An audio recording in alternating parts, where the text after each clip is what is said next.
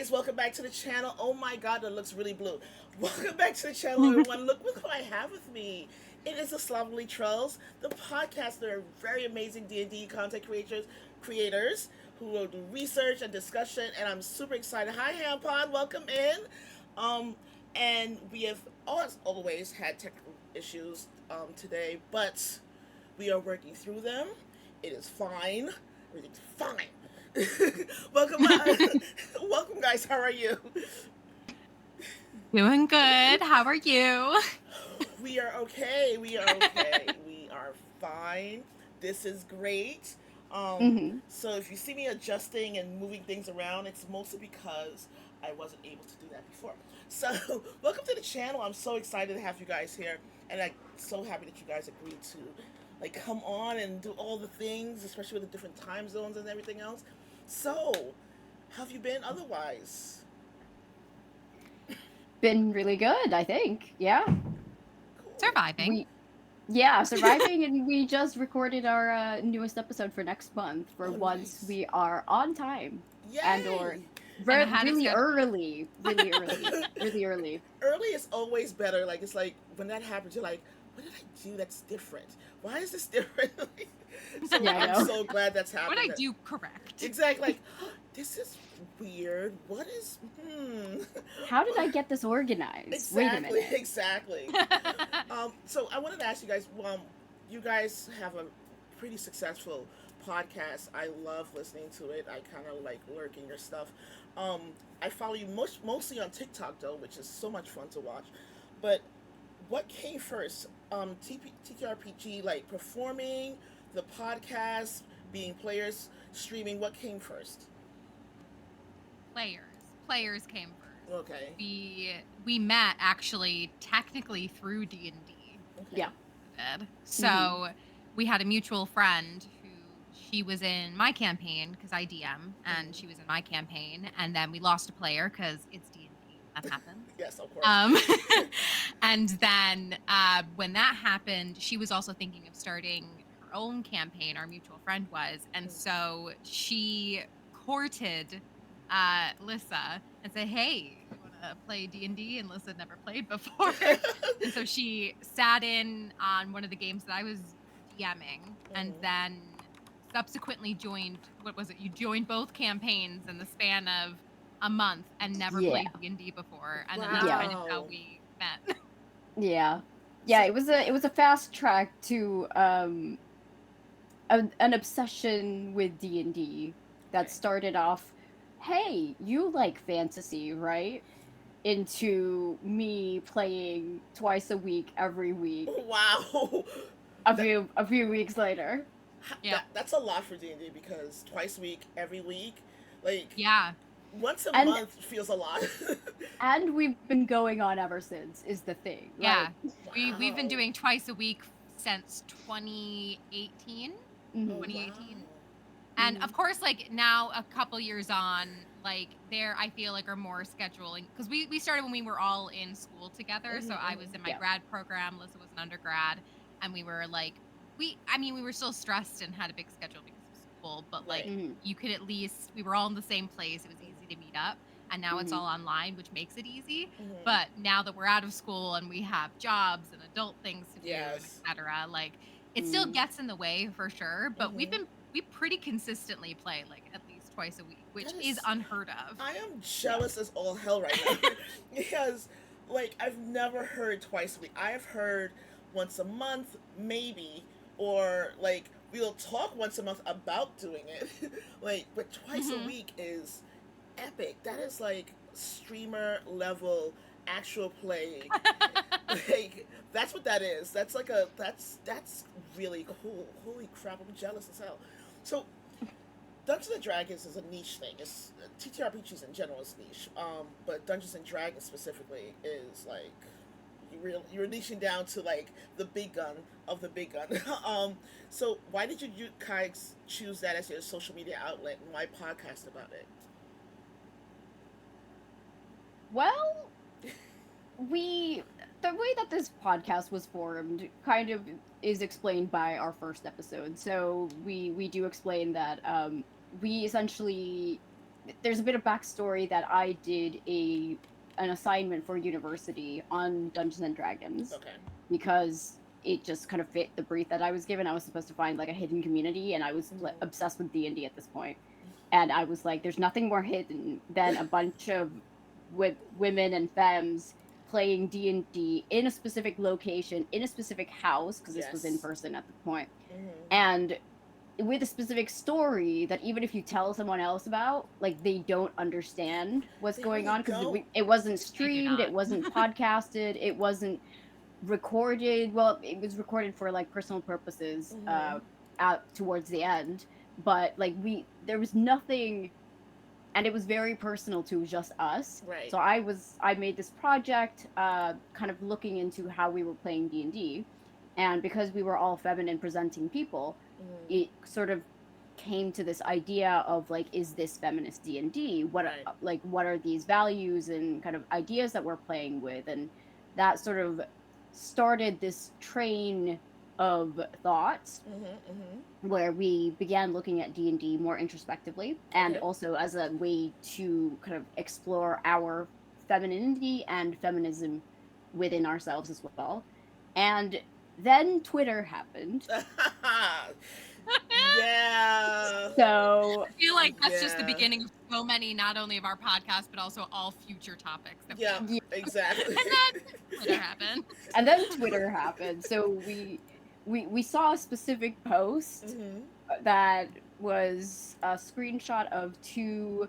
So one was of Gary Gygax, who created D&D, or is one of the two creators of D&D, and then it was a quote from something he had written on a blog post, and then there was one from a designer called Jonathan Tweet that was also at like a screenshot of something that they had written or said.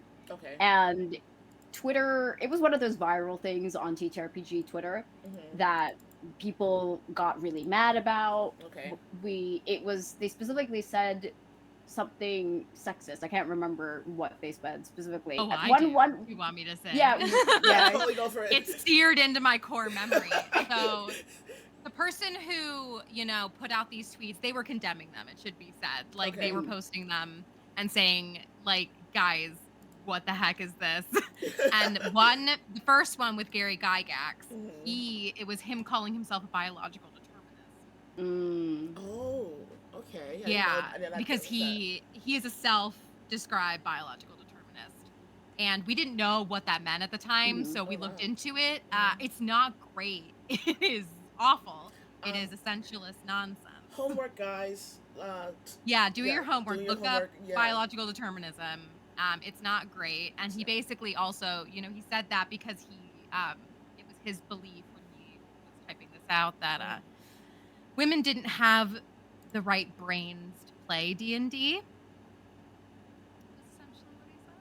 Yeah. Right. So that was the first one. And Jonathan Tweet, who was one of the main designers, if not the main designer of 3.5, he didn't go as far as that, but he said some pretty concerning things about D&D and how specifically not a lot of women play D&D.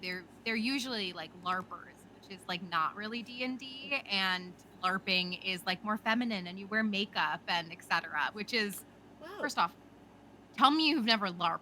Yeah, exactly. I'm like, so like, nobody wears makeup at those events. Like, tell me you've never been outside in the woods in the summertime with 85% humidity. I'm not wearing makeup. And for the people who do wear makeup, of course, like, they're beautifully made up and gorgeous, men and women and non-binaries. Like, they all wear like all these beautiful costumes, and that's just a sentiment in the TTRPG community, just in general. Like, looking down on LARP, that's a whole other topic. Right. But it was very specific to, like, it was very targeted at women, and it was very targeted at, like, oh, don't play D&D, go play LARP and go dress up and put on makeup, basically.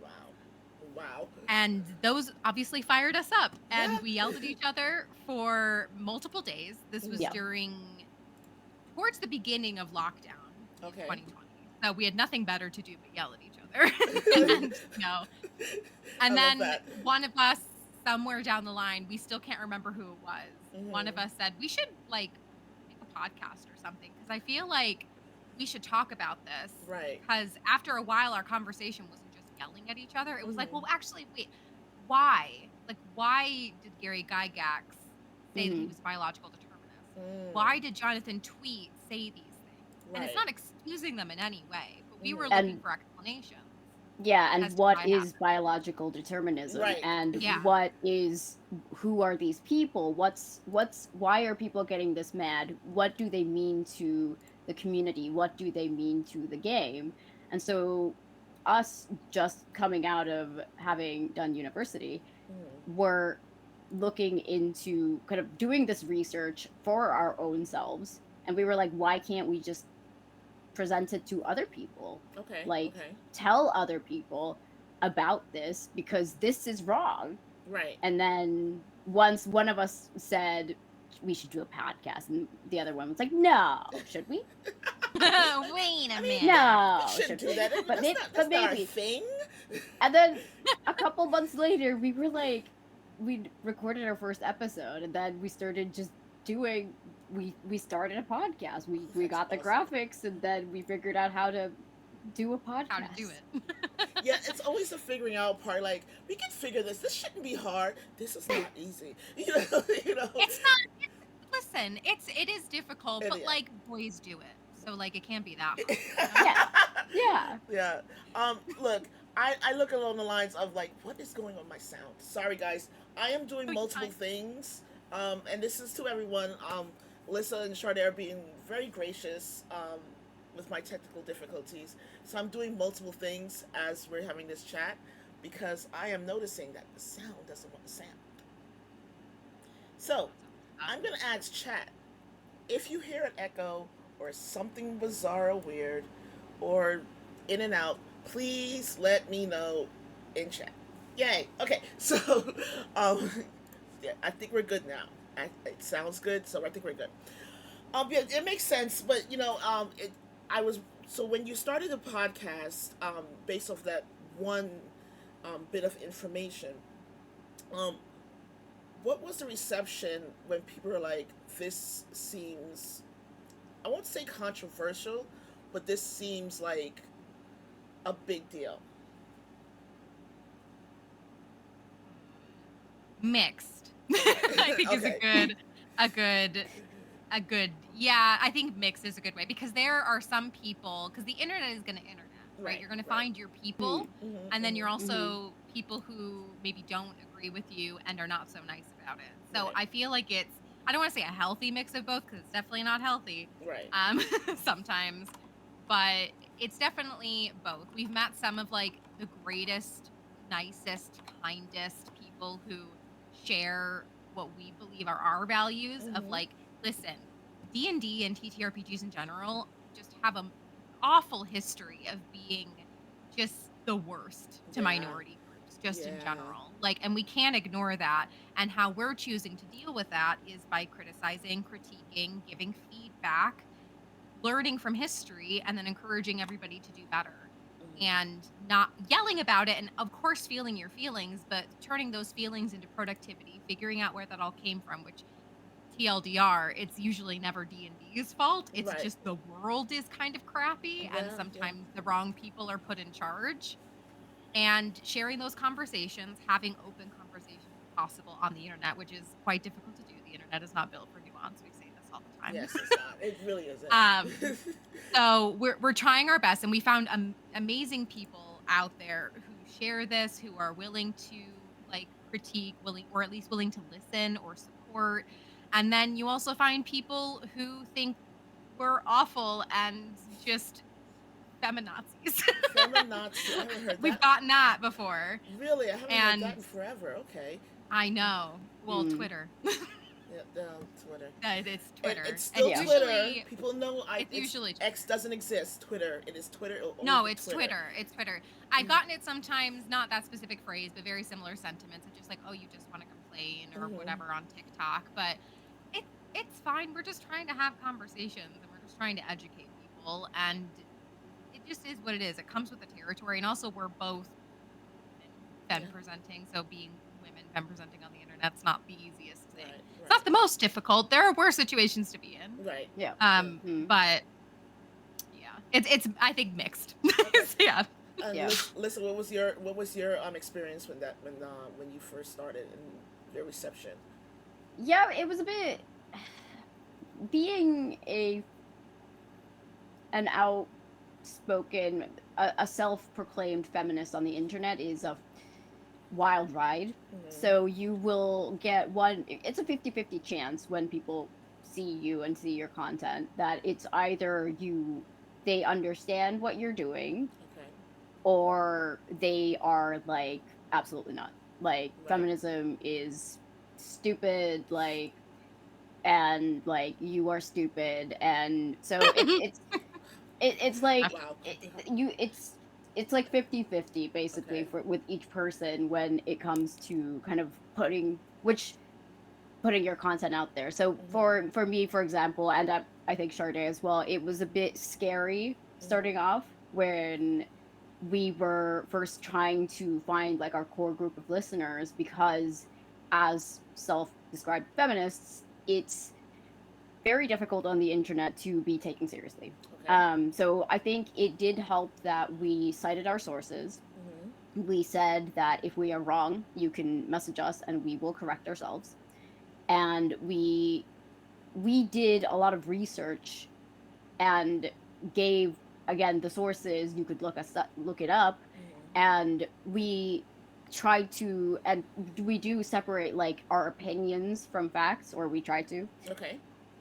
So we took a very kind of academic route where it was what our podcast has become essentially is it's a verbal essay that you Mm-hmm. listen to for a couple hours, where we discuss a topic, and it starts with an introduction. It starts with, we will give you context, we will give you nuance, we will provide what you need to know in order to listen to this.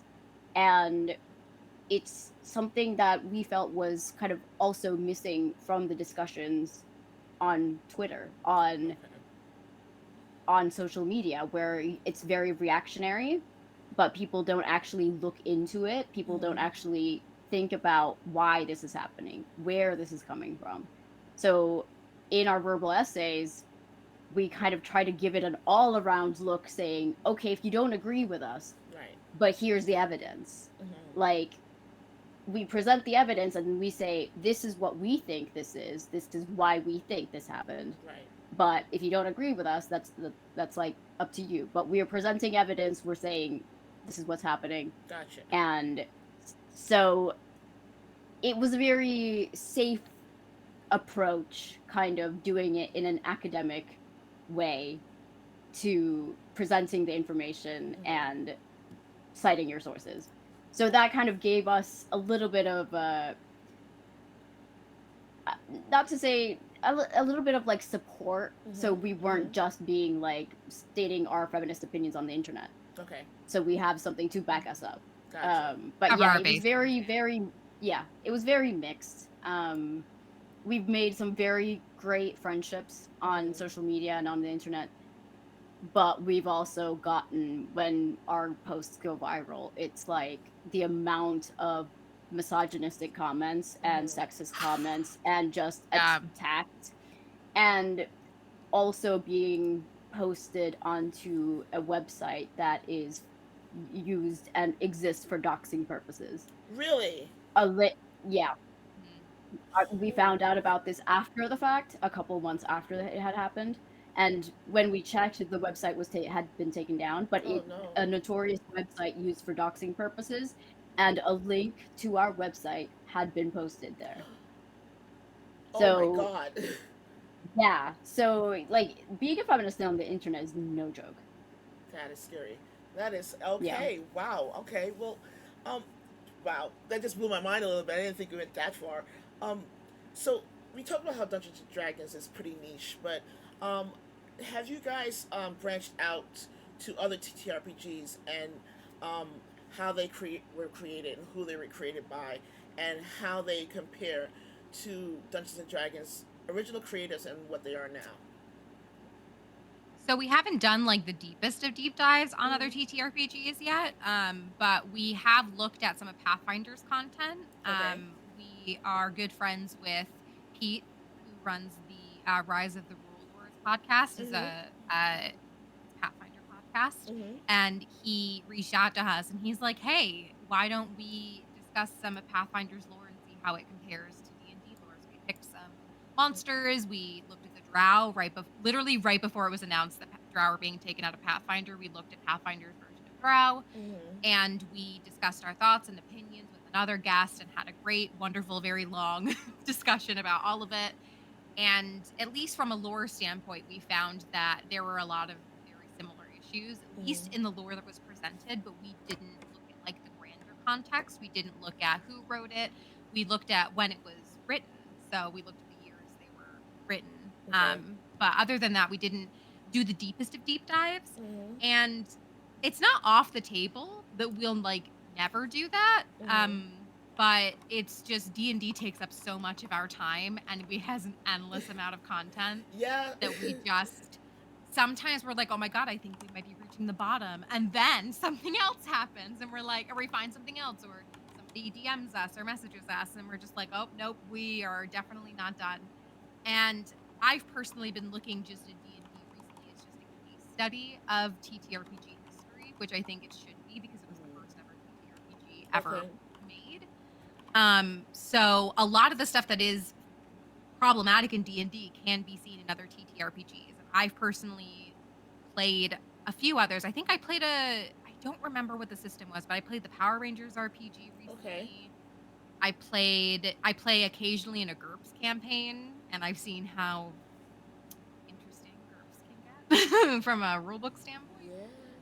So that's the generic universal role-playing system. And when I say they have rules for everything, they have rules for everything, and that's not a compliment. It's great if that's what you want to do. It's the nerdy, urge to gamify everything, and that's what that game is. But then, I always ask myself the question: should we gamify like everything? No, we shouldn't. I mean, I get the urge to want to. I understand why people think that it is fun, because I think sometimes they want to have some type of escapism from their. I was just about to say the same thing. I was literally sending her a chat that your sound's going in and out a little bit. Sade. My sound is going in and out. I think when you turn your head a little bit, something's happening. Oh, interesting. Maybe I'll put the mic closer. Yeah, maybe that that'll might help. And I can always turn down my gain on your side. But I can take off this. That might work too. I think sometimes what ends up happening is that people's need to escape from their everyday life turns that into a need to want to make a game of everything. Like, oh, let's put rules on this. Let's put rules on that. This is going to be a fun game to do, but it needs all these rules. And I think that's where it might come from, which is actually pretty interesting.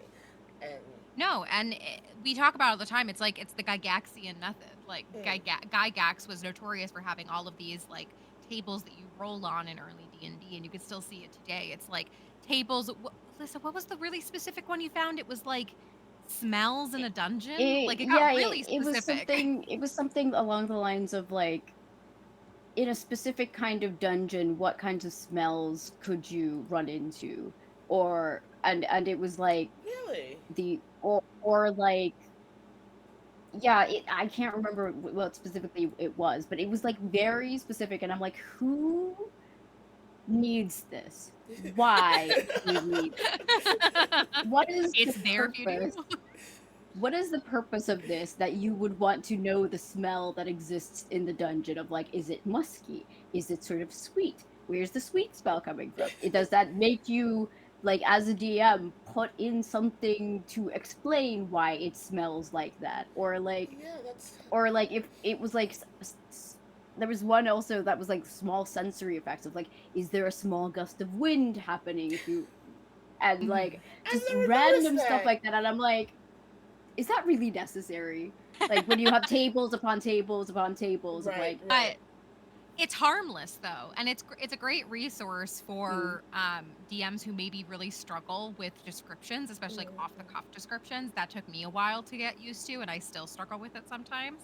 So the fact that it exists and like that's a harmless one, but then you also, if you keep following that, you get into the iffy stuff. Like Yes. we did a whole episode on something that we called the insanity table, which also exists. It wasn't AD&D, right? It wasn't MT. It was AD.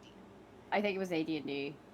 And it really was a have to look whole into AD&D. table that listed a bunch of different, basically it was like madness, Okay. how you would kind of ascribe madness in like later editions of D&D, but they But listed very specific specific diagnoses. yeah, it was Like, specific So like diagnoses DSM taken. type of. yeah. Basically going through what is like the book of diagnoses at the time, which to this day keeps getting updated and All updated. the time. And there are certain words that you can't even call people anymore. Nope. Certain words that you can't call diagnoses anymore. Nope. Yep. That you rolled on the table for, and your character would have schizophrenia or something else. Wait, and what? Anorexia's on there. Bulimia Like was they would on just there. become anorexic, and you're like, They would become what? with no lead up backstory. No, like no, and it- no it's- sense either. I think it's an optional table, so it wasn't like, but it still existed. So like that doesn't really like. Obviously, there's really no excuse for putting that in any sort of manual. bizarre. But it was like an optional table that if people wanted to play with like mental effects in their game, like that's how they could do it. And I see, because you see games like Call of Cthulhu, which I've also, me and Lisa have both played actually, and like they use that kind of system, but it's more like just a point-based system. It's not ascribed to any diagnoses that actually exist. And the diagnoses on that table, they were always treated as like a curse that people and real people live with this stuff, and I don't think they would appreciate it being called a curse like that, and having all these negative modifiers. Like, no, thank you. Like, why do I need a negative? Like, I mean, my symptoms aren't. That's weird. Okay. Yeah.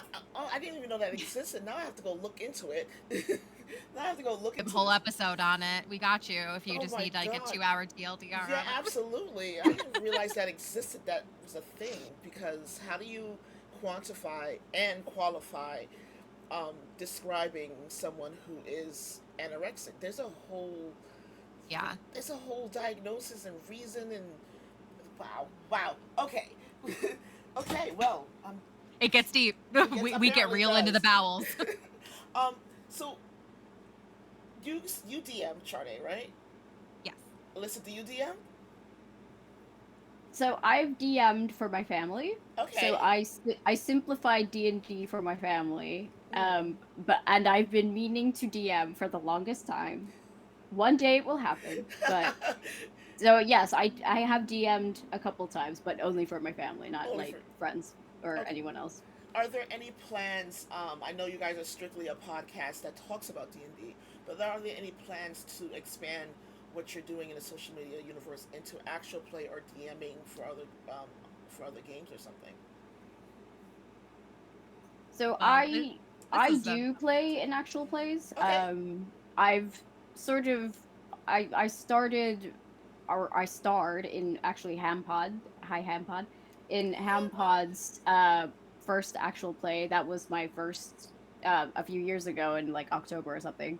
And I've since then done a couple with Hampod, and then done other actual plays as well. I'm in, if you know the actual play that just kind of ended mid-finale, Castleton.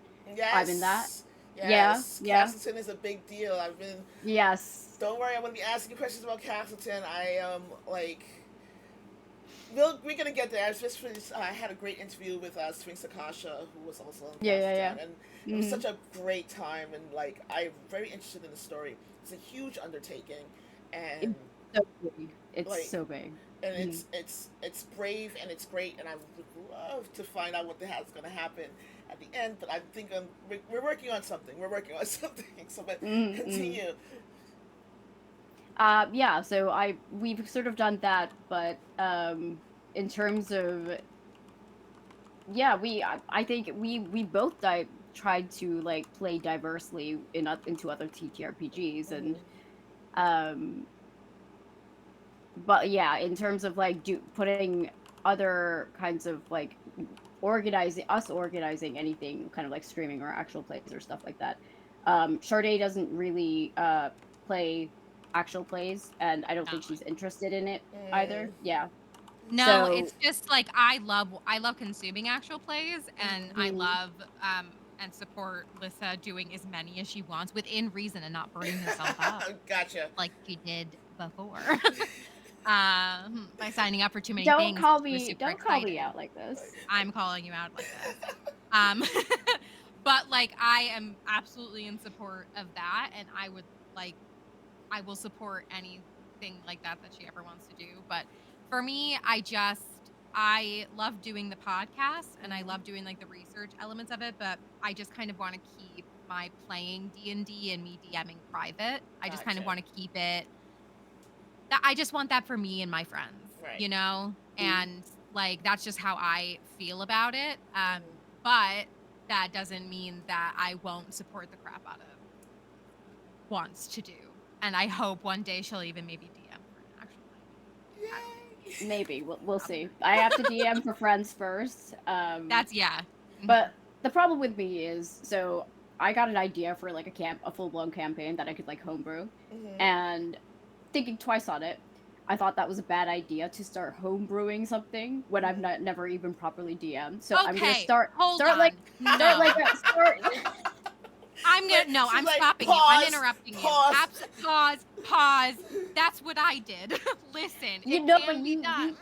you took the foundations of somebody's. I was thinking of like, okay, I create the country, I create the gods, I start this stuff from scratch, and like I've been a player for many years. Yes, I've never been a DM, and I would like this would be such a snowball that would end up in a dumpster that would be on fire, that would be like on a sinking ship in the Like, middle of the bad things ocean. would happen.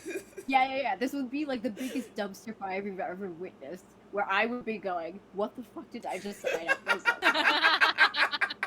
Because that's exactly what I do. I like go for an idea and I'm like, I will overdo this, I will overthink this, and I will make this way bigger than I could possibly. Oh, get. that. See, That's just DMing, man. Yeah, I think the longer you DM, and I know a lot of DMs say this, that when you first start DM, you plan, you prepare, and then once you start DM more often, you prepare less. But I don't think that's true. I think what's ended up happening is that um, you don't prepare less.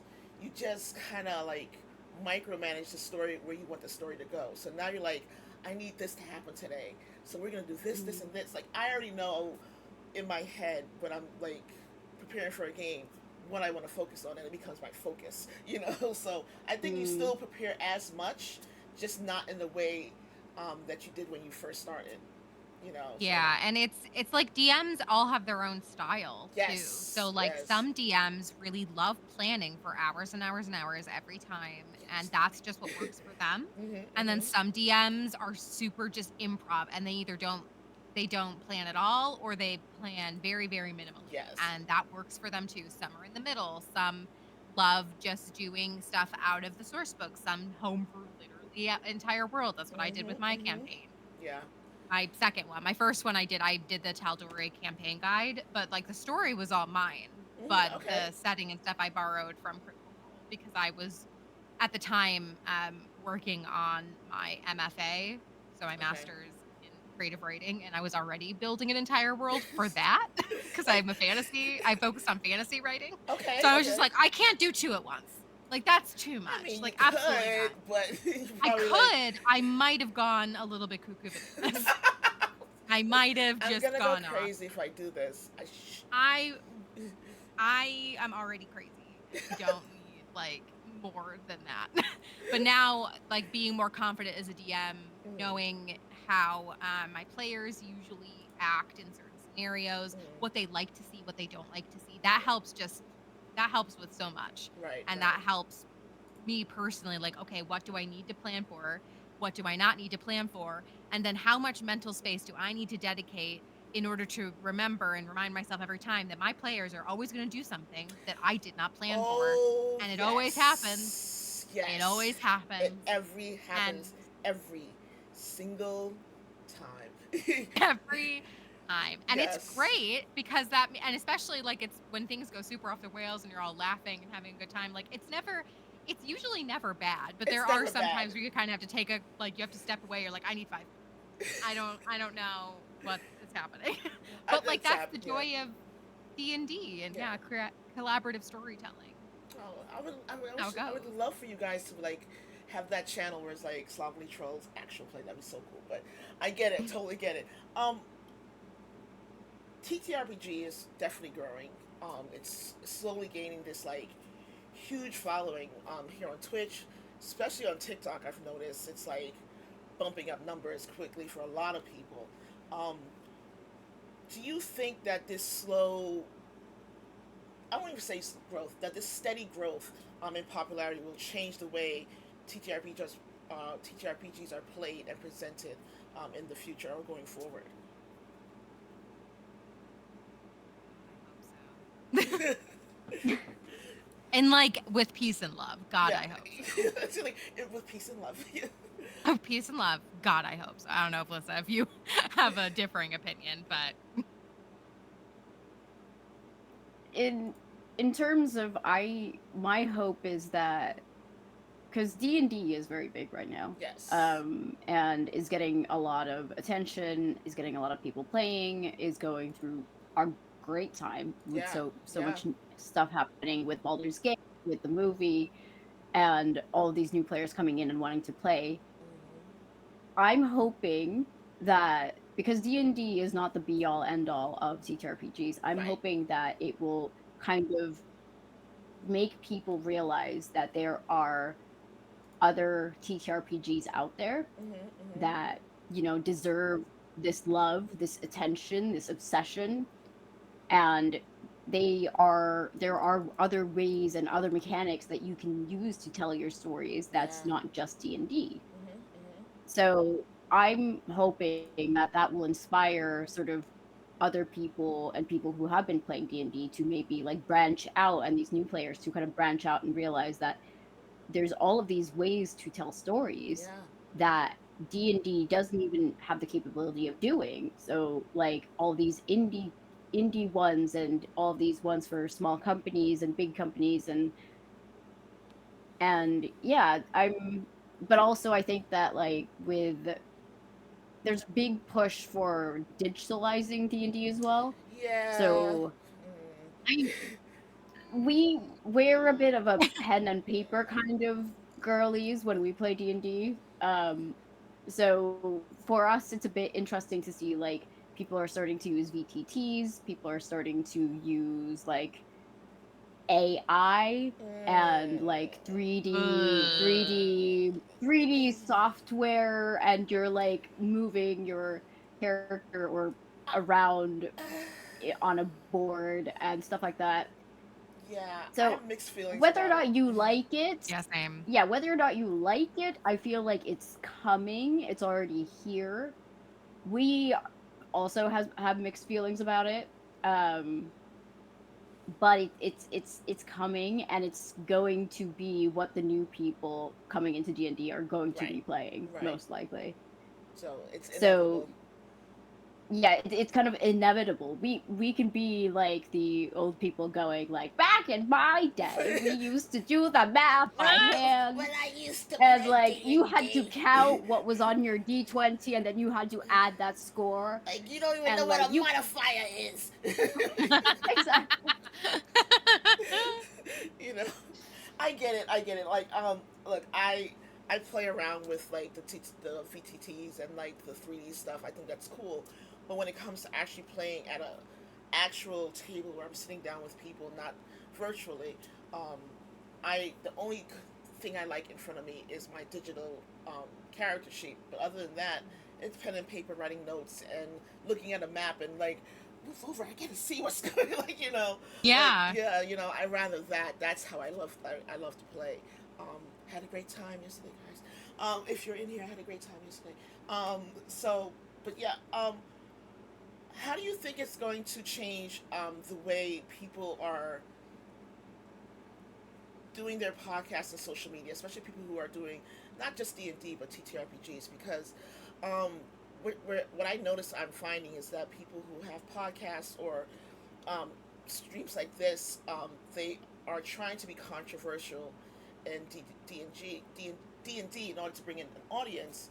Um, how do you think with this new popularity of TTRPGs and D&D, is that going to make podcasts worse and more uh, confrontational, or is it going to make people kind of go, I would love to have a good conversation that isn't like contentious?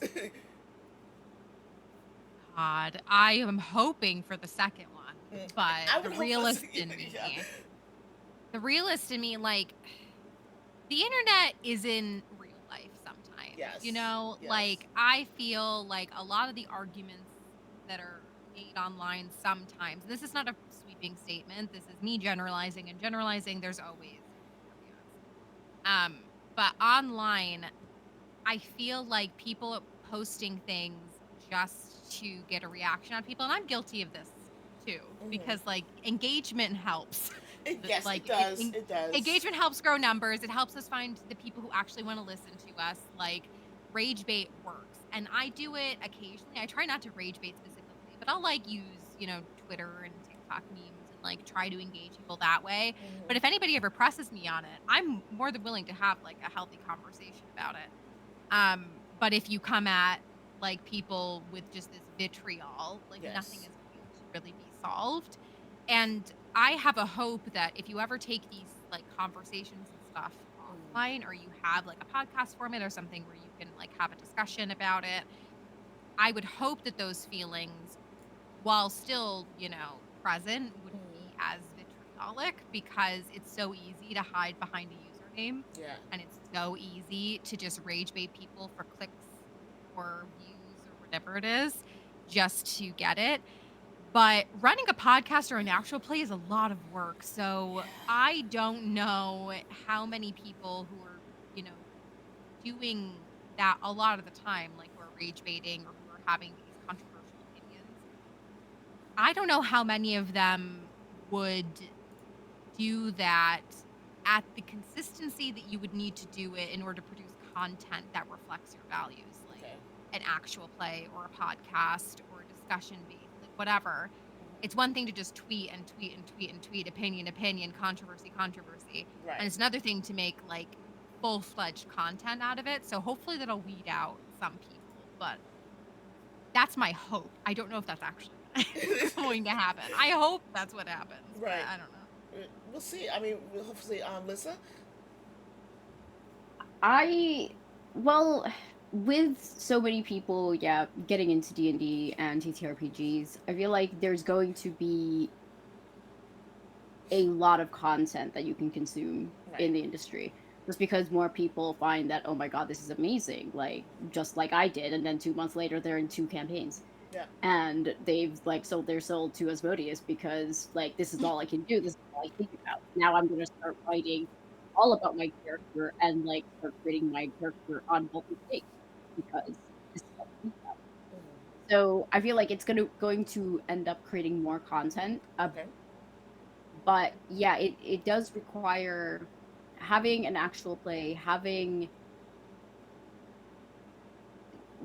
like creating content around D&D. It does require a kind of maintained schedule. Yeah. And some people are going to start off and it'll fizzle out and then they'll end it and it'll be that. But there will be way more content to consume. So Hmm. the market is going to be probably very saturated. And at that point, which I think we're seeing a bit now as well, because there's a lot of actual plays that exist. And a Yes. lot of people are like, oh my God, we play together and we're so funny. Let's start a podcast. That's fine. Hmm. But how do you differ from all the other actual plays where they are all saying, and they are also very funny, but how do you differ from those people when there's like a million actual plays, Yeah. what is it that makes your actual play specifically different? Yeah. So that's going to weed out who actually like makes it and who gets followers and who gets like, yes, you can be very good, but is it like the chemistry? Is it the story? Is it the themes that you play? Is it so for us, we saw that there were a lot of actual plays, but we also saw back when we started that there were not a lot of discussion based podcasts. And that's something that was missing. And then also something feminism based was there was nothing that we have seen There. or Yeah. heard. No, there Yeah. wasn't. I mean, for good reason, because why would you subject yourself to that kind of treatment on the internet? Right. Right. But I mean, like, I don't know, because I'm in a unique position in that I'm by myself. I don't, I do this. I do all the work myself, which is fine. But um, I feel like that there are a lot of podcasts. You're right. It's oversaturated, but there's not a lot of people asking just questions of people individually. Like I want to talk yeah, to. The podcast is great because it's me talking at people, but yeah. talking to you guys is much more fun. Mm-hmm. That's what I think is fun to me. But I see a lot of actual plays that seem to fizzle out quickly Yeah. after maybe a couple episodes or a few seasons. Do you think that that's going to happen with this, whether it's from scheduling or chemistry, or this probably wasn't the greatest idea? That's going to happen with podcasts and interview streams like mine. I think it just depends on the people and it depends on the person and how passionate they are. And Okay. also, it's so easy with creative endeavors to burn yourself out. Like Oh my I God, burn myself yes. out at multiple times a year. Multiple times a year I burn myself out. Yeah. And some people sometimes don't know what that is until they know what it is. Like Yeah. everybody's limit is totally different. So you can burn yourself out very easily trying to stick to a schedule. Maybe the internet people, commenters, maybe you're not getting the traction that you wanted after like a year or so and you just like, "Oh, well, maybe I'll cut my losses." Like there's so many factors that go into it and I want to say, at least speaking from my perspective, like as long as you're passionate about it and as long as you have stories to tell or things to say depending on what genre you're in, I think you can go the distance. You just need to, take care of yourself Right. Yeah. and Yeah. stuff. The taking care of yourself part. Don't judge me. Take Um, care of yourself. Self-care is important and also know that TTRPGs are important. D&D is so important for so many different reasons. right. It's not it doesn't have to be your entire world either. Sometimes that can kind of happen too, where it's like D&D is everything you think about all the time, and then you can burn out that way, or maybe you can get sick of it, or maybe, there's just so many different aspects to it. But Yeah. hopefully, if it's meant to be, it'll be, Right. kind of. I Yeah. know that sounds a little bit Yeah. wishy-washy, but, like, hopefully, Yeah. if it's meant to be, it'll be. It really depends on your goals as well. Like if you're starting a Yeah. podcast, most people don't think about it. They think, "Oh, we're funny. People should listen to us. What if we get famous? Haha." But The way that you just type it. the Haha. haha. But the reality is people who succeed will most likely have a certain goal in mind. Obviously, this is not everyone, but most likely you have a goal in mind. Is it you want to get to working in the TTRPG industry, for example? Is that your goal? So you are creating this podcast, you are having these discussions. What's the purpose of this? Is it just like, oh haha, I'm really funny and my our games are great and we think that other people would enjoy that? That's fine. But those are more likely to fizzle out than Yes. somebody who like, okay, I want to be a designer in the industry, or I want to kickstart my personal project that I've been working on and in the TTRPG, like an indie TTRPG product. Or I want to network and make connections. I want to like, what is the end goal or one of the goals that you want to do this? Okay. So if you have something that you're working towards, So for us, it's just educating people on, all the stuff that exists in the TTRPG industry and in the D&D history. That's our goal, is just to educate both ourselves, and through ourselves just educate other people as well, and to make it funny as well. And we want, and for some reason it's working, because we found people who we didn't even target this audience, but we found a target audience who love this. And they're like, they love it so much that they're willing to give us money, like not a lot of money, but like they're willing to pay like $2 a month, $5 a month to us every month, because they're like, we want to hear more. And Shardy and I are just like, that's weird.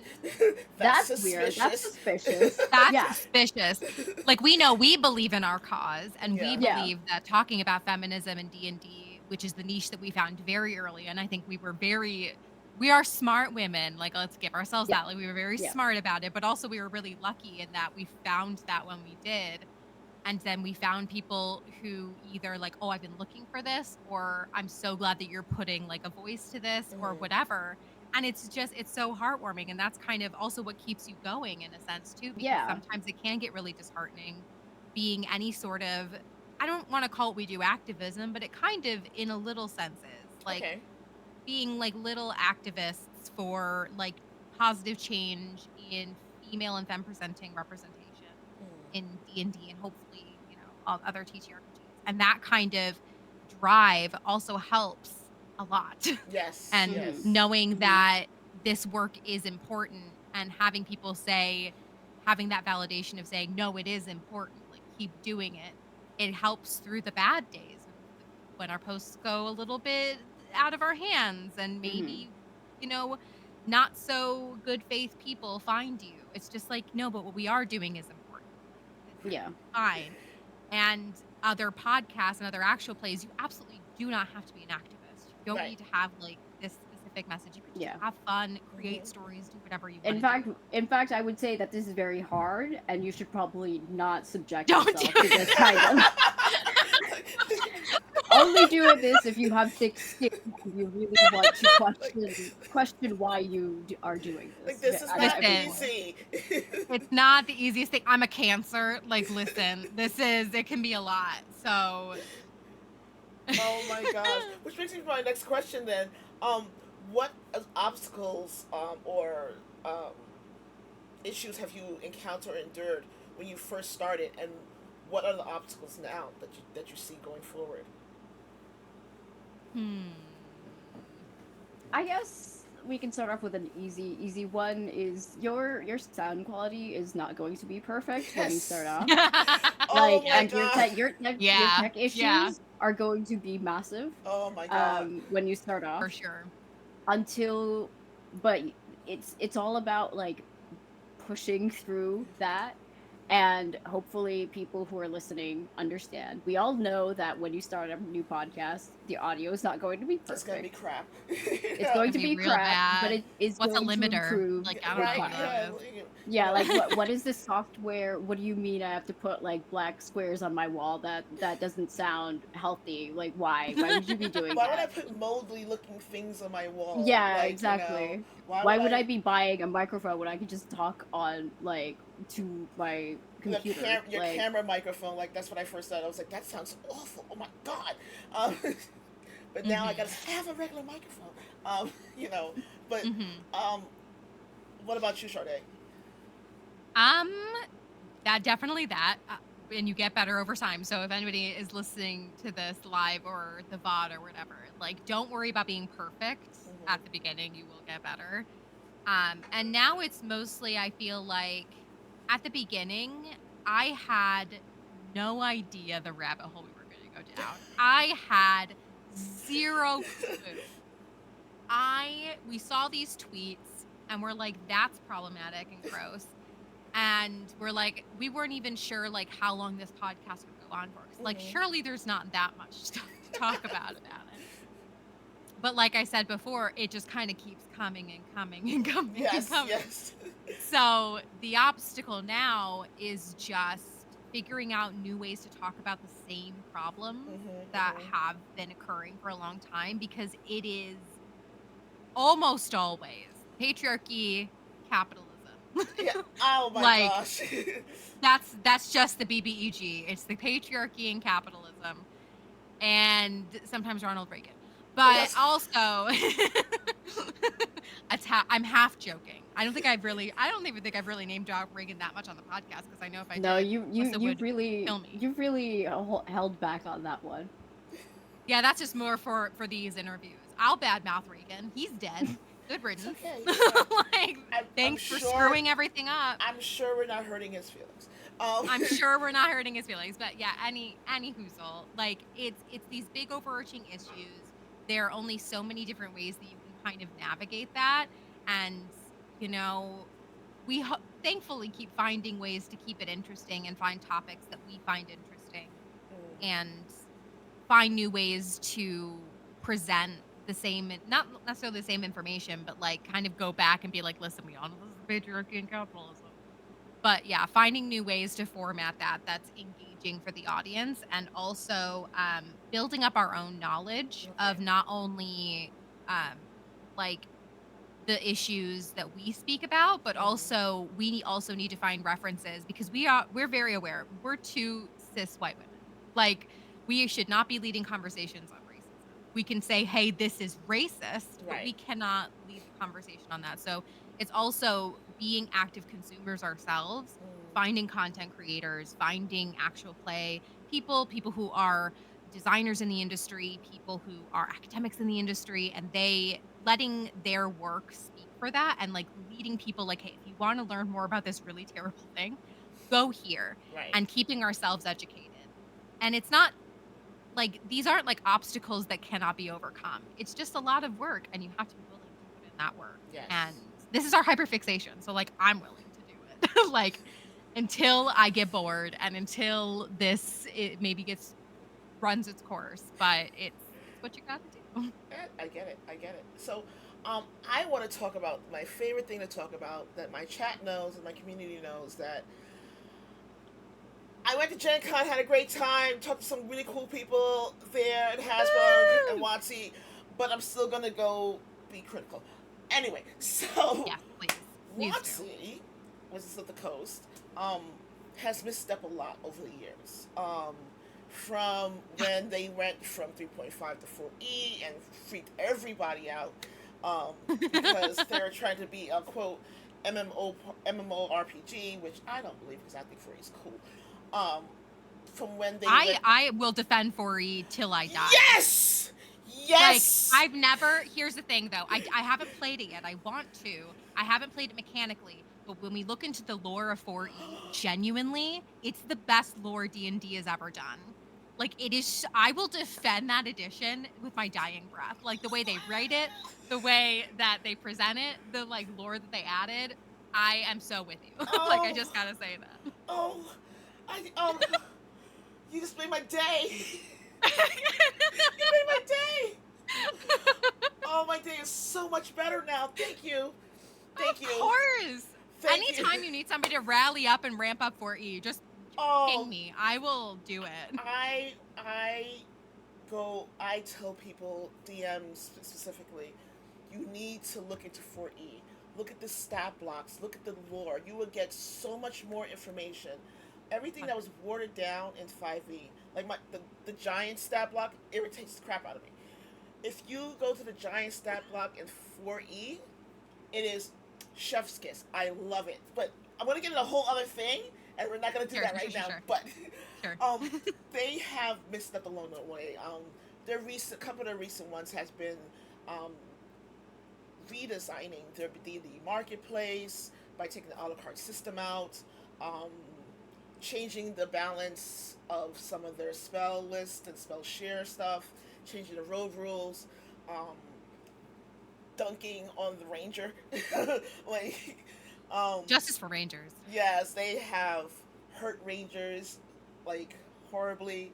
They've done something weird to barbarians, which I think is going to be I know, Jen, which I think is going to be a major problem, and we can talk about that in a little bit. Oh, But I'm so curious What? what they did. yes, Why are Marbury? Why?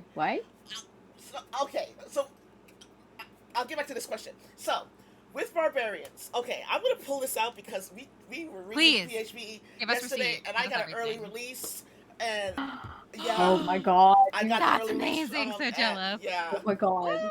Juris got hit also. Yeah, but Beautiful. so I got I had this question, and I was wondering about it in chat, and I was like, someone needs to answer this question for me. But I'm gonna pull up barbarians because I was like, this is gonna be an energizability barbarian if someone could get away with this. Okay, so this is interesting. All right, so for Path of the Zealot, no, this is the right one? Yes. Okay, so Path of the Zealot at level 14.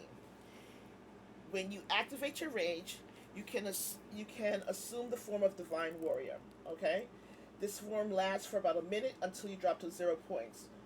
Um, and you can choose one of these features. One of the features is when a creature within 30 feet of you drops to 0 hit points, you can take your reaction to expend a use of your rage, because now rage are points, to instead change the target's hit points to a number equal to your barbarian level. Now, it says What? yes. So it says a creature within 30 feet of you. I'm in 30 feet of me. That being said, they went and where is it? Because this was a thing, and I was like, what the fuck did they do? Okay, so they went and changed. Where is it? Where is it? Where is it? God damn it. They went and changed. They switched. So they changed Relentless Rage. So at level 11, you get Relentless Rage. And now, before Relentless Rage, you used to get down to 0 hit points, pop back up to 1. Not anymore. Now What? it's if you drop to 0 hit points while you're raging, you take a DC 10, which is the same they've done before, and if you succeed, your hit points instead change to a number equal to twice your barbarian level. What the? That seems broken. That Is that seems broken? What? overpowered as hell. That seems broken. What? Yeah. Because my mind now said, if I am now a level, I don't know, I'm a level 14 barbarian, and I have Rage of the Gods and Relentless Rage. I am in 30 feet of myself. I have now gone down to 0 hit points. I'm going to double it over there. I'm going to add some more hit points over here. You can never kill me. At level like 14. Yeah. Like, this is incredibly broken to me, and I cannot figure out why. Hey, twin, welcome in. Is this like, okay, I have a question then, because we looked at when this was what was the code name for this? D&D One D&D, or is yeah. whatever it is. Yeah, 1D. We were looking at the playtest material back when it came out, and I'm a bard stan. I identify as a bard. I love the bard class. Okay. For many reasons. And when I was looking at the playtest material for bards, they made them healers. I was like, what are you doing? Yeah. What do you mean? Like, that doesn't make any sense. Like, you can, in 5th edition, you can, like, make your bard a healer, and that's what if you want to do. Heck yeah. Like, you do. Yeah. I did that, like, with my bard. Like, I gave her a couple levels of cleric, too, just to, like, add some spice. But, like, if that's what you want to do, that's what you want to do. But then, like, they did weird things with, like, you can use inspiration to also heal people. Yeah. And I was like, what do you mean? Why? Yeah. Like, why? That doesn't make any sense. And I got crap for it. I got crap for it. And I'm just like, no, it doesn't make any sense. Like, you're shoehorning, like, the most versatile class into being a healer. And you have to think of, I'm an anxious being. I have to think of the worst possible scenario. Like, if you're at a table that's like, that doesn't like playing anything other than rules as written, like, you're going to get shoehorned into something you don't want to. You just want to play like a fun bard, and you have your own unique take on it. But now you also have this ability that you never want to use when you can be using another versatile ability. That just didn't make sense. But now seeing that, I'm like, now I'm wondering, are all of the different classes just super overpowered for no reason, like popping people up to hit points for balance reasons? Like, what are they balancing against? I Like, I'm don't very know. confused. I don't know. I know. I need answers. I read that and I immediately my brain goes because I'm always thinking as a player. Now this is a player brain right now. As a Mm-hmm. player, Mm-hmm. you can't tell me I'm not within 30 feet of myself. I'm in 30 feet of myself. You That's right. can't tell me that I can't think outside of the box of what you're saying. You didn't say I can't target myself. You said a creature Yeah. within 30 Yeah. feet. Yeah. So that's an issue. As a DM brain, what monster can I possibly throw at you? Right. Like I'm gonna have to like hit you for double your hit points and you just die. I'm much quieter. Yeah, and you never want to do that. At least, like, I never would want to do that as a Yeah, DM. I want to challenge people, but yeah, no, that doesn't. Mm. That it's doesn't. becoming it became an issue. I was just like, what? Yesterday I was like, and it's a thing. So they did that to barbarians. Thank you for letting me know about my sound. I see what's happening. They did that to barbarians. They did they the poor ranger. So here's my take on ranger. I think what they're trying to do and try to say without saying it is that you're no longer a ranger, you're a druid fighter. Because when I read Oh, it and I'm like, this feels like they're changing the ranger into a druid fighter. They don't want to say druid fighter because that's not, they would never name it that. That's what it feels like. So, and I know you hate it, Jen, and I'm so sorry because I hate it too. Um, um, but yeah, that's what it feels like, and I feel bad for rangers. yeah. Why do Rangers get crapped on? They Like got in all Isn't these shafted. editions of D&D. isn't Ranger like one of those classes that not a lot of people play, or is it one of those classes? I'm not entirely sure.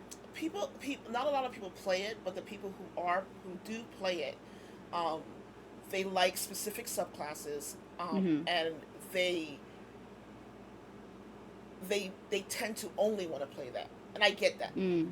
It is Valid. if you get into it and you love it, go for it. That's what you want to do. Great. I never disliked Ranger. I just was never interested in it. Um, but now it feels like they've taken. First of all, they've taken out Horizon Walker as a subclass, and have taken out Swarm Keeper as a subclass. Um, Oh, What? Swarmkeeper had such a cool Why? vibe. What? yep. Why? Yeah, I I don't know. So Horizon Walker and Swarm Keeper are gone. They're Why? gone. I Okay. Fun yeah. fun fact. Fun fact. The first AP I ever played, I played a Swarm Keeper. Oh, see, yeah, it's gone. It is gone, gone, gone. Bye. It But died. they're like no more Horizon Walker. Now they are saying that later versions it might come back, but as of now, it no longer It'll come exists. back as DLC. Exactly. Pay more money. Which brings me to my question. What is your opinion of WotC's scheme and other gaming companies' insistence on making their games harder for consumers to have access to by either making microtransactions or DLCs or stuff like that?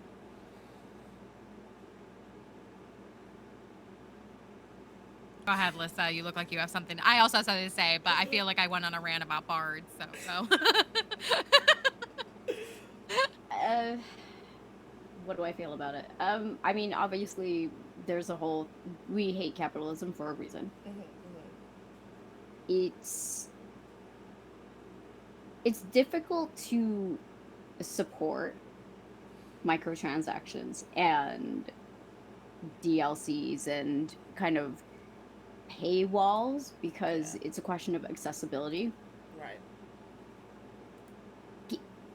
Some people have a lot of money. Yeah. A lot of those people happen to be nerds because nerds tend to have good jobs because they're very smart and they go into things like tech and finance and coding and stuff like that, so they make a lot of money. But that's not everybody who plays D&D. Right. And when you have people, if you are looking to play these kinds of games and spread it around the world, you have to realize that some people around the world do not have the privilege of being able to pay extortionate amounts of money to be able to access this kind of content. Obviously, Right. they can get you can still get the 5e character sheets for free. But all the lore and all kind of the stuff that you need, the extra stuff, the DM's guide, okay, it exists on the internet in very shady places that you can access. Yeah, probably. Yeah. But like, if you want to, the good thing would be to have options for people who are not able to pay that amount of money. So Sade and I, we both hate capitalism, and we are all about, like, obviously they just want to make money. Yes. So sure. But their ethics and the things that they do, WotC in the recent years, and the stuff that they've put out, just at this point, I would rather be playing other TTRPGs than D&D, just because I don't want to support WotC. Wow. They have time and again apologized for things that they have done, and they still keep making mistakes. They sent out Pinkertons after people. Yeah. They made the Spelljammer race. That was the Hadozi? The Hadozi, which was absolutely horrific, and especially if you look at like what it's built around and the inferences you can make into it, and it's just they keep making these mistakes, and it just seems like they are not learning from what they are doing. And at this point, I'm just so fucking fed up at they're just basically, they have investors and they have board members, and they're just doing what those people want without actually listening to the community about what the community wants. Right. In certain aspects. Certain things I can say that, yeah, they are listening to us, but other things, it's only when we hurt their wallets that they're actually like, oh, that was a mistake. That was not. Oh, do you remember the OGL thing? Like, they didn't even make a statement until people like started canceling their D&D Beyond. Yes. Like, they didn't even give a crap. And I'm not saying like everybody at Wizards of the Coast, because it's difficult to separate like the designers who are working on the game and trying to make it good from the stockholders, because those are two completely separate things that are happening. So along the lines of Lissa, it is really hard to support Wizards of the Coast, but I kind of have a little bit more, I don't want to say like a hopeful outlook, but Wizards of the Coast has also done some really great stuff. Like Journey Through the Radiant Citadel is wonderful.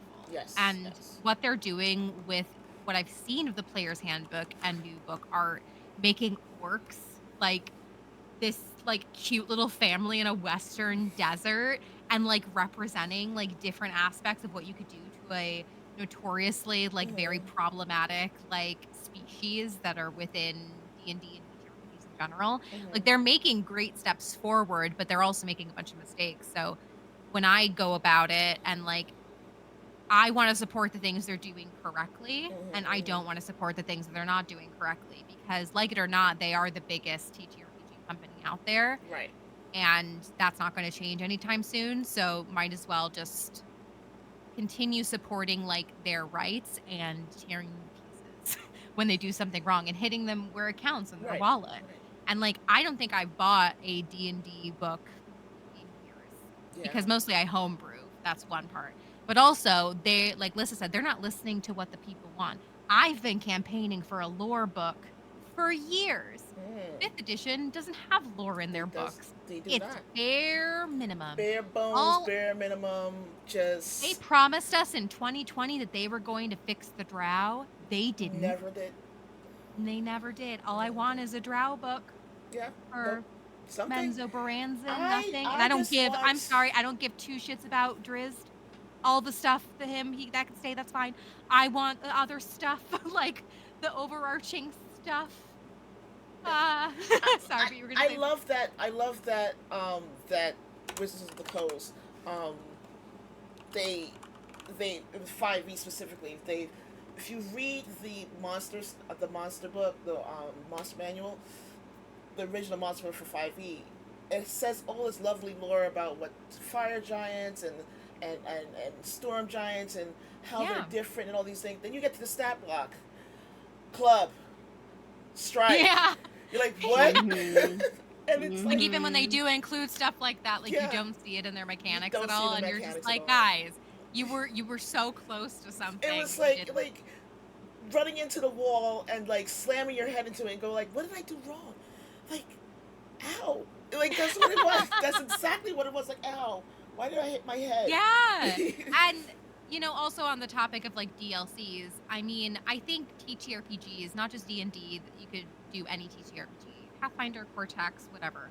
It's a genre that needs like a bunch of source books because the worlds are so big. Yes. There's so many different adventures that need to be told.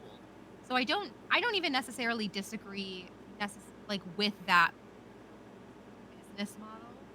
That tasted weird coming out of my mouth. Business model, whatever. Like it in TTRPGs that kind of needs to happen, but they need to, like I think we're all saying, just listen to what we actually want. Yes. Like we want diverse stories, we want different stories. If you redo something from D&D's past, which many things do desperately need to be redone, maybe don't include anything problematic in it. Maybe hire more sensitivity consultants, which they seem to be doing. I saw the other day James Mendez-Hodes does a lot of great work with D&D. He writes a lot of amazing essays on the orcs specifically. That's how we found him. And he was also on Three Black Halflings. Shout out Three Black Halflings. They are incredible. I'm trying to get them on. They are so amazing. We also heard their interview with him. He was actually a consultant on the new edition of D&D. And I'm just like, okay, that's a great step. That's good. I mean, I'm not saying it's going to fix everything. Sense. I mean, Artificer's gone.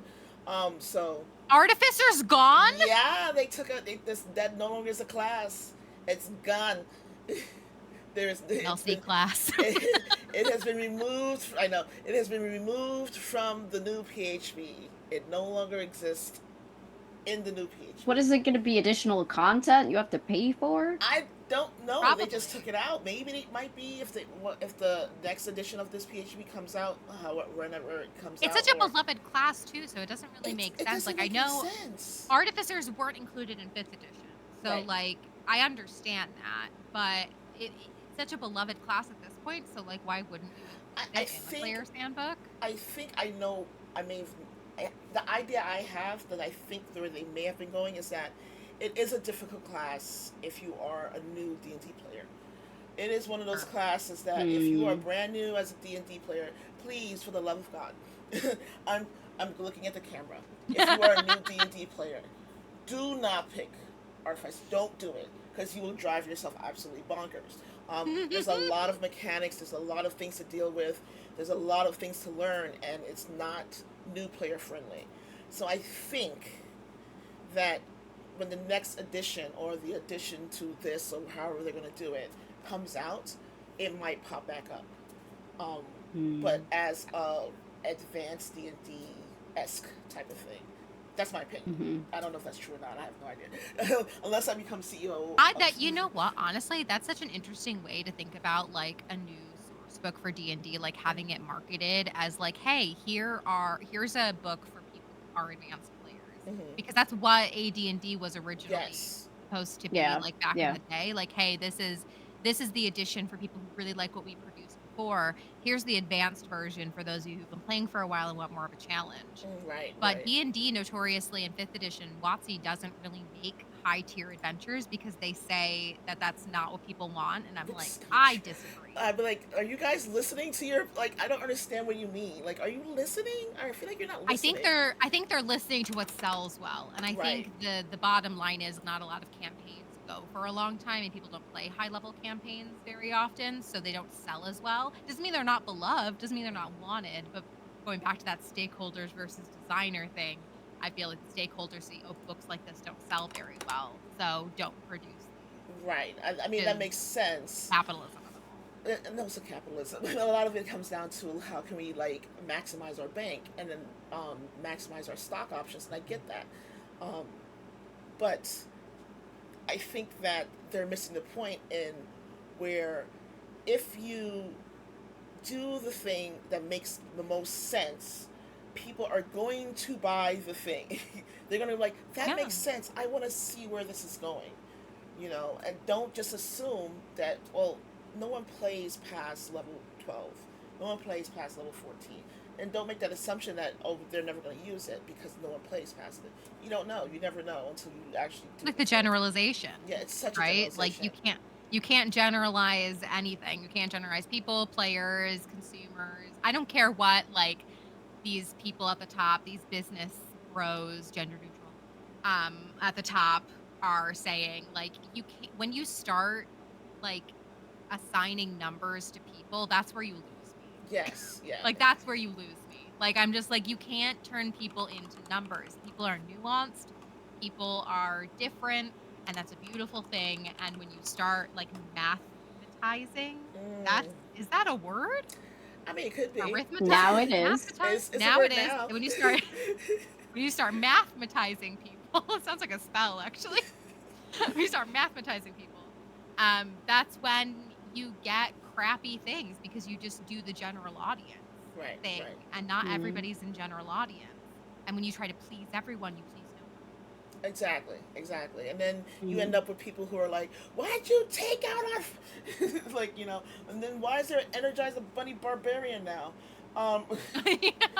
That's what it seems like to me. Like well, that's not what I'm gonna call it. That it's an Energizer Bunny Barbarian, like a level 14. Bad things are gonna happen at your table, if you have a barbarian. So WotC also done a bunch of other things. I mean, from the new PHP where people are freaking out, for like Artificer missing and them doing the things that they're doing, to the redesign of the marketplace.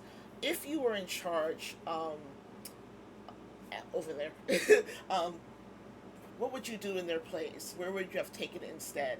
And how would you have, I guess, put it out there for people to consume? I mean, my go-to would be to diversify the content. I would say I distinctly want more books like Radiant Citadel. Like we've done this sort of Western idea of fantasy for so long that I feel like it's just beating a dead horse at this point. Yes. Where I just want stuff that's inspired by the rest of the world, that's created by people who are not necessarily like who aren't getting their content being played in the main sphere. I want the really niche stories that they're creating in their home games when they play in all parts of the world that I don't even know about. Like I want those stories to be told, because when it comes to like the content that I consume, I basically don't listen to white people anymore, because I'm so done with a white person with podcasts. I recognize that I am a white person. We are white people with podcasts. We're done with ourselves. Yes, we're done with ourselves, and I probably wouldn't listen to myself, and that's fine. But like I listen to like Asians Represent. I listen to Three Black Halflings. I listen to Navarre Jackson on his Secret Nerd podcast. I just want this more diverse content, that because I feel like fantasy is so fucking white, I'm bored of it, and because it's based on this, and D&D has been stuck in this idea of like, we tell stories from a medieval standpoint or time period. And I'm like, but you could do space, but you could do super futuristic stuff. So when it comes to like artificers and gunslingers, I'm like, yes, bring me something new bring me like Star Wars lightsabers. Right. Bring me other things. Like I realize that this is not everybody's thinking, but I just want something different. I feel like it needs a new fresh coat of paint. Yes, yes. Or like to scrape the walls first. Yeah. Like scrape the walls first because like I homebrew too. I don't play modules because honestly, Yeah. um a medieval setting doesn't really sit. I don't belong there. Like, Yeah. I, Yeah. I, I don't fit. So my homebrew setting has been always been modern day New York. Like what does that look like when magic happens in modern day New York? Like when you get on the subway Yeah. and you have to sit next to like an orc who's going to his like corporate job, you know, or you have to sit like that stuff like that boggles my mind. Like I think about it all the time. Like what happens when like you know giants are prohibited from using the subway system because the other giants, but Goliaths can, you know. So stuff like that boggles my mind. I always think about it. So I ended up doing my own homebrew because of that.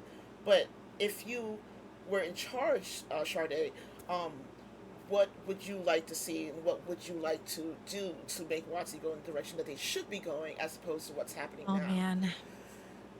Well, change starts with the people in power.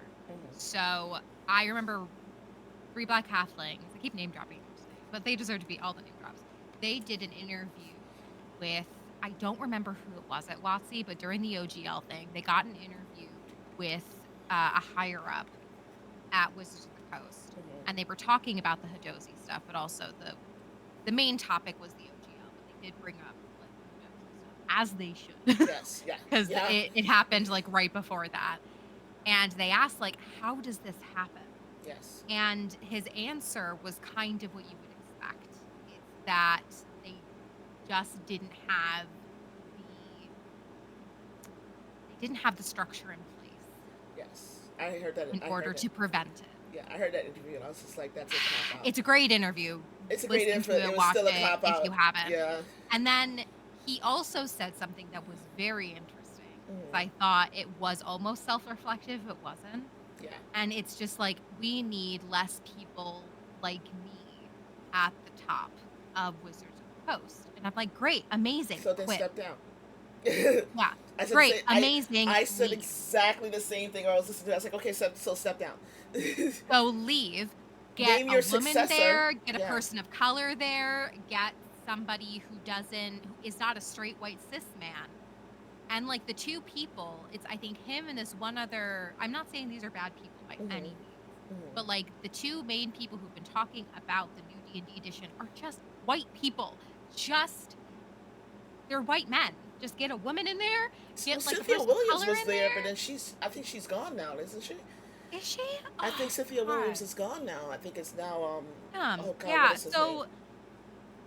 yeah, just like put people in power in that structure so that crap like that doesn't happen anymore. And at least the guy was like self-reflective enough to realize it, but he was a coward, I'll say that, to not step down and let somebody else take his place. And then replace project designers again with people who are from like a group of people that have been misrepresented in D&D. And that is a long list of people. It's women. There it's is no Asian shortage people. of people It who have been is misrepresented by D&D. like, but we still all love it. Like, yes, we still gravitate toward it. I like play 5th edition twice a week, and we Jealous. run a podcast where we see Gary Gygax make statements about how women's lib isn't gonna like what he's about to put in his book Right. in the 70s. We see Mhm. things like the strength cap. We've seen the comeliness score. We've seen all of this D&D history that's against us, Right. against an entire group of people, and even beyond us against other groups of people. But we still love the game so much, and we know it can be better. Right. And change starts with, I think, just at the top. That's just my number one goal. Just if I were in charge, apologies for the dog if you can hear it. You just start at the top. Right. Right. Just that simple. I think the structure's in place. Get people in there. Do you think that even if they, because I get it, people don't want to lose their jobs. I understand, I mean, you make hundreds of thousands of millions of dollars as an executive, but I get you don't want to lose your job. But do you think that even just having people of color and women and trans and LGBT, you know what I mean, and having LGBT qua. LGBT, my niece has been saying LGBT and I'm trying not to say it. I It's so genuinely love it. Like I think that's the cutest thing. now I'm saying it and I can't stop saying it. So, and I'm like, I can't say that on my stream. And now I've said LGBT. It's far, but instead of having them or having people take your job, having them at the development table or having them at the you know game testing table before they're put out, would that be helpful?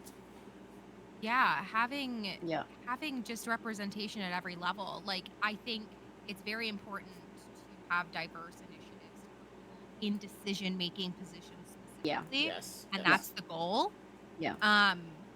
But also just at every level, you're 100% correct. Like just having a diverse group of people who not only are decision makers, but also people at lower levels, like fact checkers or whatever the equivalent is in TTRPGs, copy editors who have a sensitivity consultants like on staff that are not freelancers. They are full-time paid people, and their whole job is sensitivity consulting. Yes. Like, stop hiring freelancers to do that. I'm a freelancer. I would happily do it. But like, you should also have people who are just full-time salaried, give them benefits to make your game better. Yes. Like, it's just, it'll go such a long way having those people making decisions and having them check over each other's. Oh, that makes so much sense. Before we get into the fun part of this interview, I just have to ask one more question. What do you think the future looks like for intersectionality and women within the LGBTQIA community within the TTRPG space?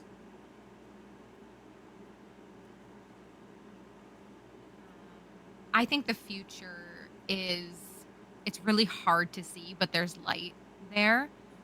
And that's coming. I hope that means something to people because as somebody who has spent 3 years-ish researching D&D history, I see the forward momentum. I see the change. I've seen how much D&D has changed.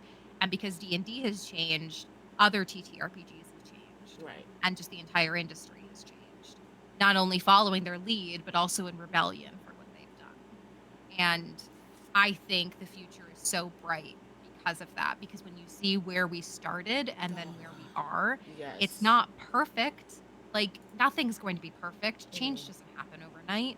But seeing that graph of saying, this was garbage, this was awful to so many people, to, they screw up a couple times a year, but then they get called out on it and they at least make public statements to fix it. It's not perfect. It's not a perfect system. But I always try to think to myself a little bit, and this might be a little unfair, but I kind of think, like, would the early designers of D&D given a shit? These older white men? I don't think so. Right. I don't think they would have cared unless it hit their pocketbooks. Okay. And so I don't know. I think the future is bright, and it's moving towards that way. Also monetarily, it's just moving that way as well. Right. Because as society gets more diverse and we're having these conversations and it's more accepting, that's the market. It's going to go that way too. I hate talking in terms like this. I know the words market and, like, bottom line and stuff like that. You're like, I understand it. I get it. I understand stock markets options. I get all that stuff. It just makes you feel icky. But and Lisa, what about you? So, looking at I didn't want to talk about politics, but here we are. Looking at the political climate that a lot of Western countries are in at the moment, there is a lot of pushback by conservatives for a reason, because that kind of massive pushback only happens when there's significant amount of change happening on the other side. Yes. So there are a lot of younger generations, my sister included, who is a Gen Z, and even the generation after that, which is Gen I Alpha. can't remember their name. I Gen learned Alpha. this name. Yeah, Gen Alpha. Yeah, Gen Alpha, who are coming in. They have access to the internet. Yeah. They are being. They have so much access to ideologies outside of just what their parents teach them. Yes, yes. They get to choose what they want to believe. And a lot of them are realizing that people need rights and that people do not come from one mold. Yes. People are diverse, people are different, difference is beautiful. Not everybody has parents that are a man and a woman. Not everybody has, all of the limbs that we would think that a generic human would have. Yes. Not everybody's brain works the same way. And yeah, and that's okay. And we accept that and we make things more accessible in society to try to get everybody at the same level. It's a very difficult job because we've been catering to one kind of person for like millennia. But we're trying to get there. We're trying to include people. We're trying to change the ways that we're doing things.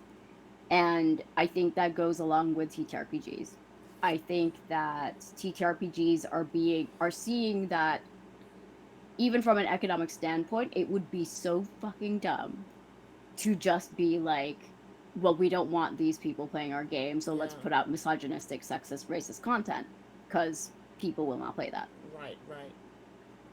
So it is a good business decision, but it's also the ethical one, is to cater to these incoming generations of people, these players, and to make diverse content. And so I see the future of D&D and TTRPGs be more positive because of that, because of the trend of people being more open-minded and choosing to accept people at every level and not coming in with hate and segregation and separation and judgment of other people. I like that. And I think that's beautiful. Yeah. I love that. Well, this is my favorite part. Well, all of it's my favorite part, but this is the fun part now. So, if you invented magic, either in D&D or TTRPG, how would it be different, and how would you make it better? How much time do you have?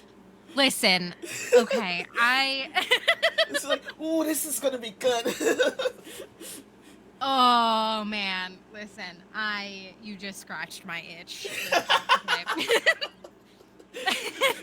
He's a fantasy writer. So I'm a fantasy writer. I did my whole entire dissertation for my MFA on world building. Oh, cool. Like, I could go off for hours. I won't because we don't have that much time. But I am not a mechanical person, so that's not going to be my answer. Right. Preface it with that. I wish I was. Combat is my weakest point as a DM. I'm trying to get better at it every day, but I just go by, and this sounds like a blow off, but it's not. It's just the vibes. I think the vibes of magic should be different for every single class that uses it. And it should be put that way in the source material. Like that, I think it would be my number one thing. Like a bard's music should look different when it's manifested as magic than a wizard's spell book. And there should be examples of that in the text to kind of spark people's imagination a bit and show like the differences between classes. And I think descriptions like that would go a really long way into maybe the newer players who don't know the difference between like what's a sorcerer and what's a wizard. Yes. You know? Yes. And I get the confusion because we did a whole episode about like the etymology of certain like phrases and pronouns and how, certain class names elicit certain images from people. Sorcerer and wizard have been interchangeable basically ever. Yeah, So we get and it from drives a me rhetorical bonkers. level. It drives me bonkers. And Why? usually I tell players who are like, "What's the difference? They're both magic users." I'm like, "Okay, here's the difference. Sorcerer born with, wizard Hmm. went to school, had to get a PhD." Yeah, wizard had to go to school, get a PhD. Sorcerer just never had to study for a test in their life. Just Exactly, look at and got it. a 90. Warlock, nepo baby. Yeah, exactly. Warlock Nepo. Exactly. I love that. Warlock nepo Oh, baby. I love Nepo Baby. Uh, I love that. That's awesome. Bard, I have a very prolific answer. I think they find like their power from within the beauty of Mm. art, I and they draw recently magic from that. I recently read that um, and I didn't know. I thought it was just me that people have a visceral feeling when they hear certain music, like they Yes, get physical me too. feeling from it. And I'm like, Yeah. that's the magic of bards. You know? That's exactly it. So like you in the books in terms of like how to describe it for D&D or another TTRPG, showing that feeling, like maybe even having Gygaxian rolling tables of like, okay, if you're a DM or a player and you want to describe your like how your magic looks or how it acts and how it's different as a druid versus a cleric, here are ways you can do that. Here is how it can look different. And I love asking my players at the table, what does it look like when you cast the spell? What's the Mm, color of your magic? Where is this coming from? yeah. Where do you want it to come from? Is that going to change? Does your magic change based on what mood you're in? And I think adding like you don't have to have this. Yeah. Like it's definitely an optional thing, especially like if you play D&D in a way that you don't really describe things, that's a totally valid way to play. I just think there should be like descriptors in the books that Yeah. just really showcase on for visual learners and for audio learners like how different magic looks and how it acts and Yeah. how different classes use magic. I just think that would go so far in just flavoring the classes and like Mm, even the classes that use like a little bit of magic because you have well in 5th edition obviously now not in the recent edition but the wild yeah. magic barbarian. I'm probably gonna. I look, guys. Uh, Chat. Just so you know, I will probably like do a stream tomorrow because I did want to like continue reading the PHP. So surprise stream. Continue. yeah. So like even when non-magic classes use magic, like what does it Yes. look like? Like how does it feel? Because any class can use magic in different ways and it'll manifest in different ways. Even though canonically in the Forgotten Realms it all comes from the weave. Yeah. It's just like this thing where it comes from. That doesn't mean it all has to look and act the same. What a Mm-hmm. bard casting cure wounds looks different than a cleric Right. casting Right. cure wounds. So that would be it's more like theatrical, like add all this stuff, add these world building details and how magic manifests and how it feels Oh, that's within each awesome. type of person. That's how I would approach it. Melissa. I'm if I had to have an answer, I would basically look at the work of Brandon Sanderson Mm. and look at how sorry, there's a train going by. Oh, that's so cool. Look at how he does magic systems. So Right. there was one book of his that I read that I think people were using like colors to do magic and doing like physics things of like with metals and stuff like that of like a push and a pull of Yeah. metal. Yeah. And because that's also magic and it's not just like I wave my hand and then this happens. So there's like other ways of looking at magic that is magical and not just the stereotype of I snap my fingers and then this thing happens. That you can literally get magic out of anything. And that's really, really hard. And not a lot of people are able to do that. Yeah. Yeah. But when we look at like fantasy books and stuff like that, where they do have different magic systems, it would be so cool to incorporate stuff like that, where yes, you take magic out of nature, and I think Bard is specifically cool because yeah, it's that feeling you get when you see a work. For me, it's that feeling I get when I see a work of art. Ooh. Okay. and I understand what they're saying. Right. Right. And it like sends a shiver down your spine. Yes. Or it's that like music or that poetry that you listen and you're like, this is so fundamentally so deep and Yes. meaningful that Yes. it inspires me. That magic could be literally anything. And I feel like fantasy is so honed in on the idea of one kind of magic and one kind of way it works that I want to challenge. I don't have the answer of like what it should be, Right. but I Right. feel like we should push the idea of what magic is Yes. in D&D. I love that. That's so cool. I love the idea of pushing the magic of what it should be like, because then we can get something cool and different. Um, Yeah. so if you and your friends, or you and Lissa, are stuck on an island and all you have is D&D, 12 hours a day, 5 days a week, what setting are you running? Oh. Oh. Okay. Feywild, obviously. Okay. I want something in the Feywild. Feywild is so fun and interesting to me. It's all like fairy tales on steroids.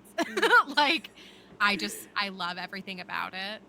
So anything. So probably like I think Wild Beyond the Witchlight. Okay. Wild Beyond the Witchlight. Correct. Yes, that Yes. that one. That I think is the first ever setting Mm-hmm. in the Feywild, and I want more of that just in general because I think Right. the Feywild's such a fun place. Um, so I would, yeah, 100% run something in Forgotten Realms Feywild. Oh, that's cool. Cool. That's so cool. My answer is just knowing Sade, and I know what she wants in her TTRPGs and her D&D games. She wants romance, so we're gonna be doing romance. There's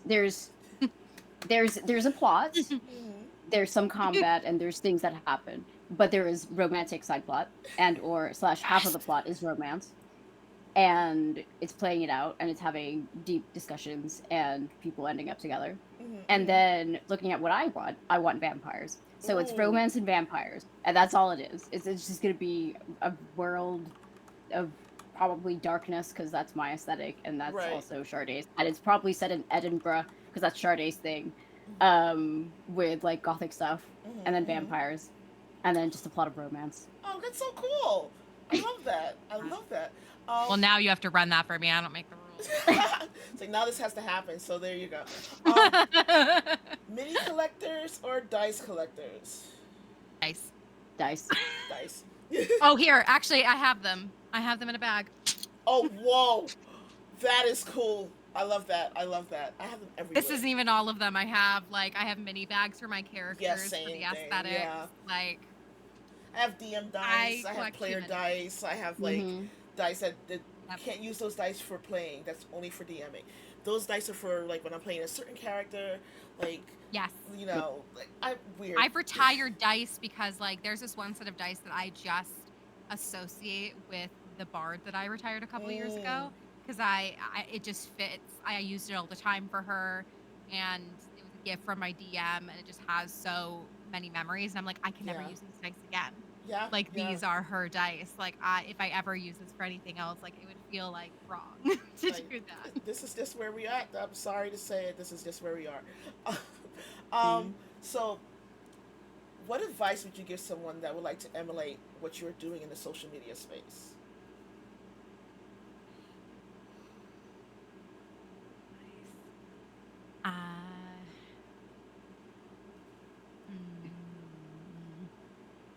People of the internet can be a little bit mean. Yeah.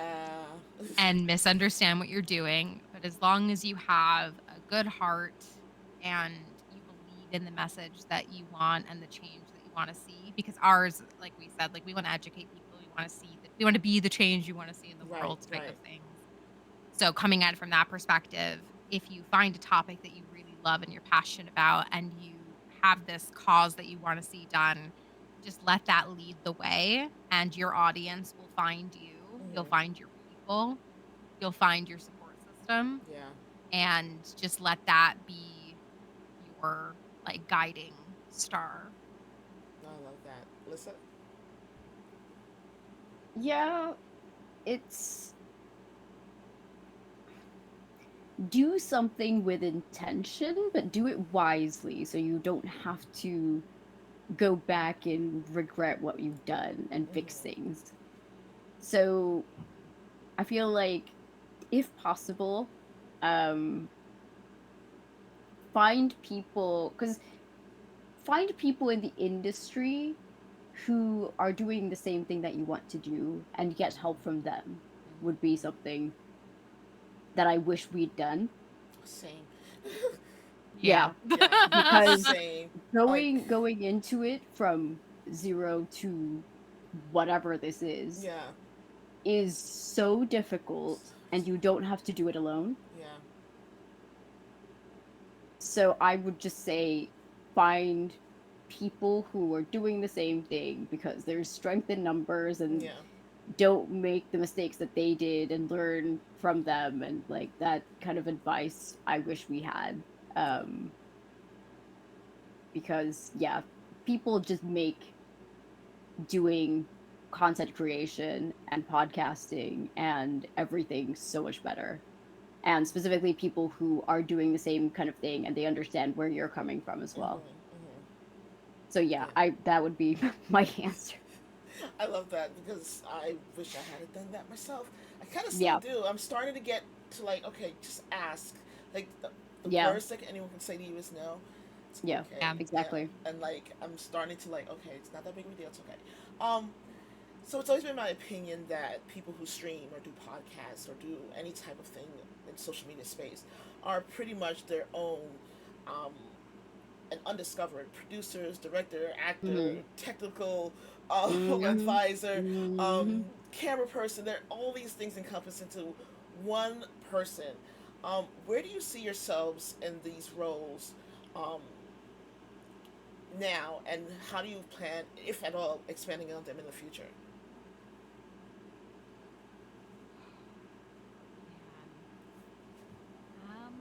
I feel like we're both definitely producers. Like Mm-hmm. that is pretty undisputed. We're both Yes. editors. I edit the main show, but Lissa edits all of our audio Patreon content. So we're both Mm-hmm. editors. We're both producers. We are both researchers. We both do the research. um we both manage different social media accounts. Like we're Mm-hmm. both social media managers.